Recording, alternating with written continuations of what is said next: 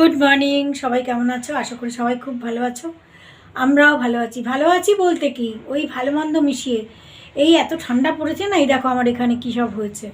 এরকম এখানে জ্বর ঠুসার মতন দুটো তিনটে গোটা হয়েছে, প্রচণ্ড ব্যথা। যাই হোক, তার মধ্যেই সব কিছু চলছে।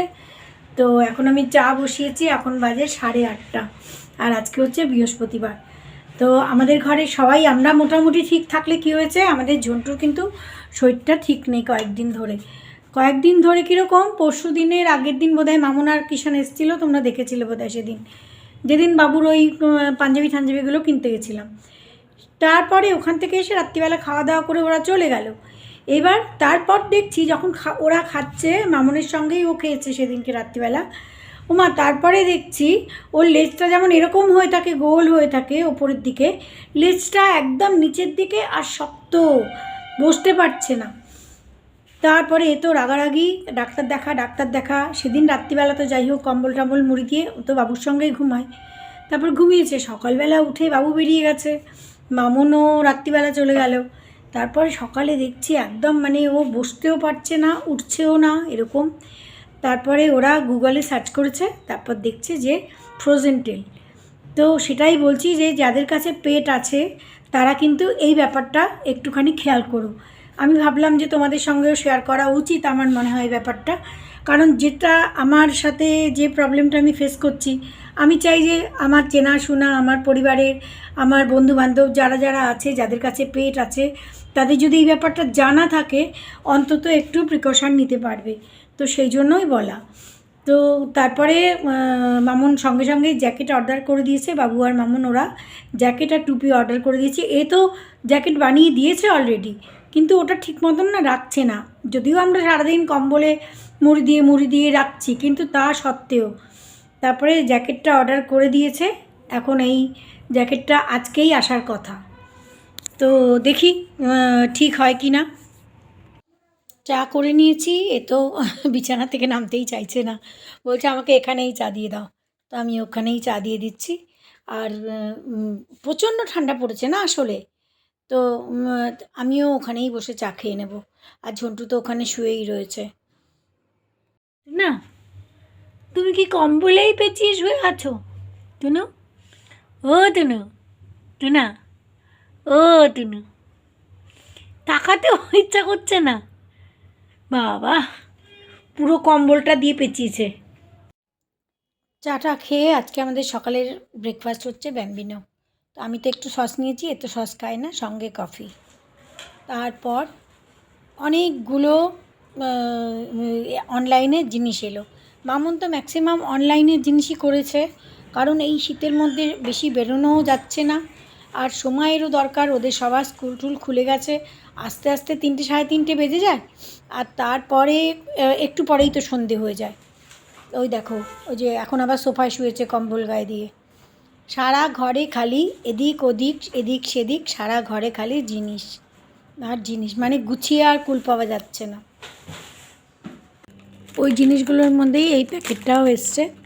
মামুন বললো খুলে দেখো, তো এই প্যাকেটটা খুলছি। এই দেখো কি সুন্দর লাল রঙের জ্যাকেট এসছে, ঝন্টুর জ্যাকেট এসছে, খুব সুন্দর দেখতে। এখানে খুলে দেখছি ঝন্টুর জ্যাকেট, লাল রঙের জ্যাকেট, কি সুন্দর। তো এটা আরও আগে আনালে বোধহয় আমাদের ভালো হতো। আসলে ওই কম্বল দিয়ে বানিয়ে দিয়েছিল, তো আমরা ভেবেছিলাম ওটাতেই হবে। আর সঙ্গে তো সারাদিন তো শুয়েই বসেই থাকে কম্বলের মধ্যে। ছোলা ভাজা দিয়েছি, সবাই দেখতে পাচ্ছ? এই যে ওর লেজটা ওপরের দিকে ঘুরে থাকে, এই 3 দিন ধরে ওর লেজটা এরকম নিচের দিকে, আর লেজে হাত দিতে দিচ্ছে না, হয়তো ব্যথাও হয়েছে। ও দেখে লাগা, এটা লাগেনি, গলারটা লাগেনি। দাঁড়া,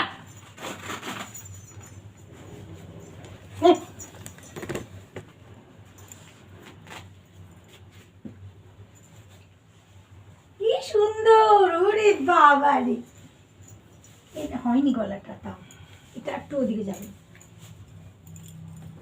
দেখি দেখি দেখি, সরো পিছনে, সরো পিছনে, সরো, আর ঠান্ডা লাগবে না তোমার। দেখি দেখি দেখি, বুঝতে পারছি। কি ঠিক লাগছে এখন? আরাম লাগছে?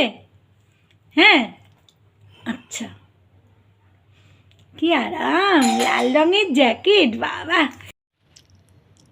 আরাম হচ্ছে? হ্যাঁ, ঠিক লাগছে? হুম, খুব ভালো হয়েছে। ঠিক লাগছে। এই মাত্র টুপি আসলো, টুপিটা পরানোর সময় তো আর ভিডিও বানানো যায় না, তখন তো দুজনে মিলে তাকে ধরে বেঁধে টুপিটা পরানো হয়েছে। এই দেখো, তুমি টুপি পরেছো? টুপিটা পরে ভালো লাগছে সোনা? টুপিটা পরে ভালো লাগছে? ঠান্ডা কম লাগছে? টুপিটা পরেছো তুমি? আচ্ছা, কি সুন্দর টুপি, কি সুন্দর, কি সুন্দর, কি সুন্দর। নিনি করছিলে তুমি? আচ্ছা আচ্ছা আচ্ছা, করো করো, নিনি করো, নিনি করো।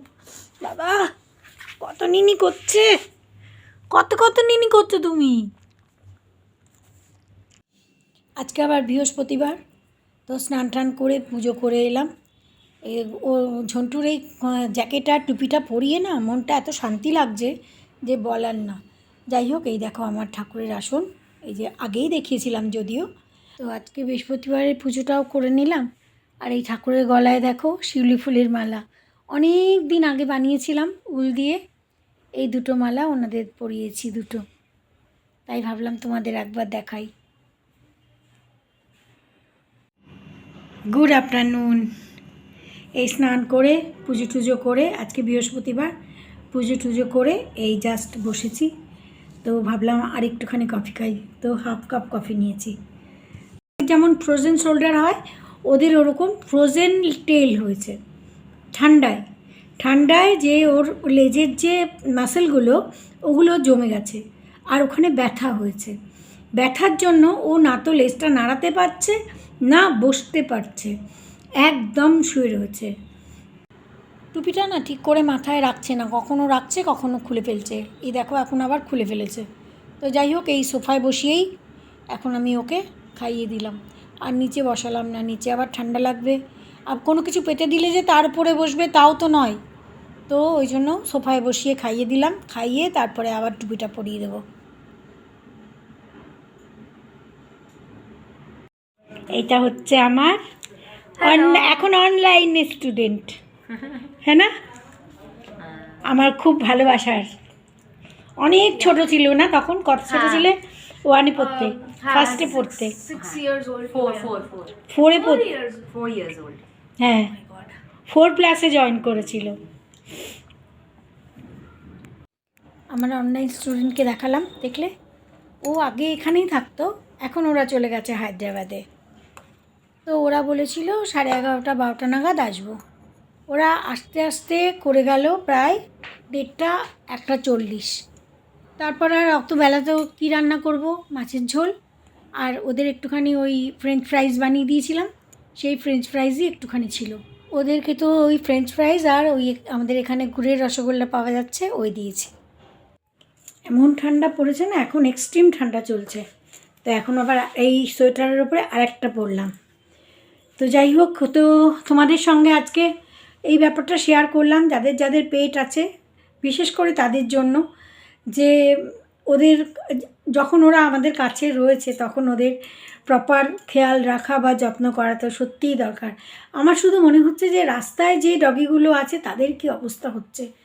আমরা তো তবু যে আমাদের ঘরে আছে, আমাদের সঙ্গে আছে, তো আমরা ওদের খেয়াল রাখছি। রাস্তায় যে ডগিগুলো আছে, আমাদের এখানে এই সোসাইটির ভিতরে 2-3টে ডগিকে দেখলাম ওই জামা মতন পরানো, বোধহয় ওখান থেকে বাইরে থেকে এনজিওগুলো থেকে এসে ওরা পরিয়ে দিয়ে যায়। তবু ভালো, একটু ঠান্ডার থেকে ওরা রক্ষা পাবে। তো যাই হোক, আজকে ওর সঙ্গে আমরা যে প্রবলেমগুলো ফেস করছি সেটাই তোমাদের সাথে শেয়ার করলাম, যে যাদের যাদের পেট আছে তারা অবশ্যই এই ব্যাপারগুলো একটুখানি খেয়াল করো। আমরা যে অনেক কিছুই তো এখন এই বয়স পর্যন্ত এতদিন জানতামই না যে এরকমও ওদের একটা রোগ হয়, এই এখন জানলাম। তো আমার মনে হয় সবাই যে জানি তা তো নয়, আবার অনেক কিছুই আমরা জানি আবার জানি না। তো সেই জন্যেই এই কথাগুলো তোমাদের সাথে শেয়ার করলাম, যদি কারোর উপকার হয়। তো চলো, আজকের ব্লগ এখানে শেষ করছি, আবার নেক্সট ব্লগে দেখা হচ্ছে। Bye bye.